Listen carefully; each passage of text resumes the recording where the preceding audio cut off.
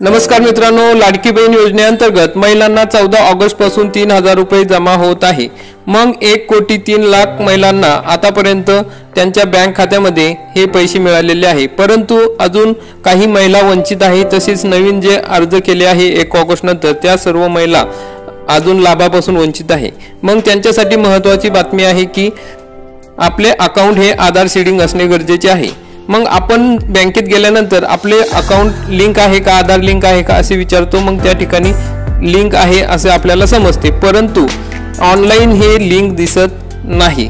तर मग या ठिकाणी तरीही आपल्या खात्यात पैसे आलेले नाही। तर मग काय कारण आहे की जर आपलं अकाउंट हे NPCI मॅपिंग झालेलं पाहिजे। म्हणजे कसं, तर या ठिकाणी बघा, एनेबल फॉर DBT अशा पद्धतीचे स्टेटस आपल्या बँक अकाउंटचं यायला पाहिजे।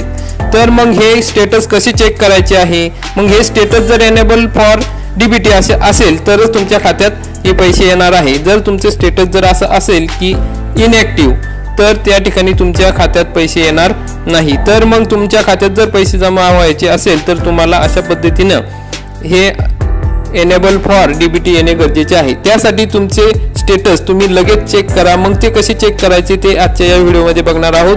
त्यामुळे हा व्हिडिओ शेवटपर्यंत बघा। चॅनलवरती पहिल्यांदाच आला असाल तर चॅनलला सबस्क्राइब करून ठेवा, म्हणजे असेच महत्त्वाचे अपडेट आपण वेळोवेळी घेऊन येत असतो।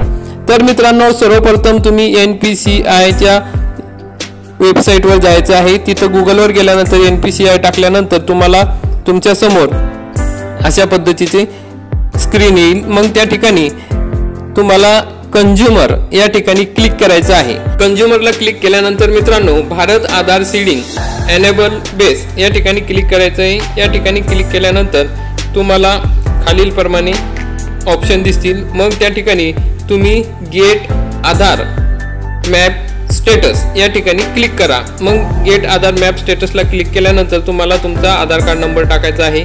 त्या ठिकाणी कॅप्चा कोड टाकायचा आहे। नंतर चेक स्टेटसला क्लिक करायचं आहे। मग हे जर तुम्हाला प्रोसेस करायची असेल तर तुमचं आधार कार्ड हे तुमच्या मोबाईलला लिंक असणे गरजेचे आहे, तरच तुम्ही हे स्टेटस चेक करू शकता। मग या ठिकाणी तुम्ही या चेक स्टेटसला केल्यानंतर या ठिकाणी तुम्हाला OTP विचारला जाईल आणि OTP तुमच्या आधार लिंक असलेल्या मोबाईल नंबरवर येईल। मग तो OTP आला की या ठिकाणी सबमिट OTP करायचा आणि सबमिट OTP आल्यानंतर तुम्हाला या ठिकाणी अशा प्रकारचे तुमचं स्टेटस दिसेल। मग या ठिकाणी आधार कार्ड नंबर मॅपिंग स्टेटस इनएक्टिव्ह दिसत आहे। तर मग असं जर इनएक्टिव्ह दिसत असेल तर तुमच्या खात्यात पैसे जमा होणार नाही। मग तुम्हाला कशा पद्धतीचं मॅपिंग स्टेटस दिसायला पाहिजे, तर अशा पद्धतीचं मॅपिंग स्टेटस दिसायला पाहिजे। एनेबल फॉर DBT असं स्टेटस असेल तर तुमच्या खात्यात पैसे जमा होणार आहे।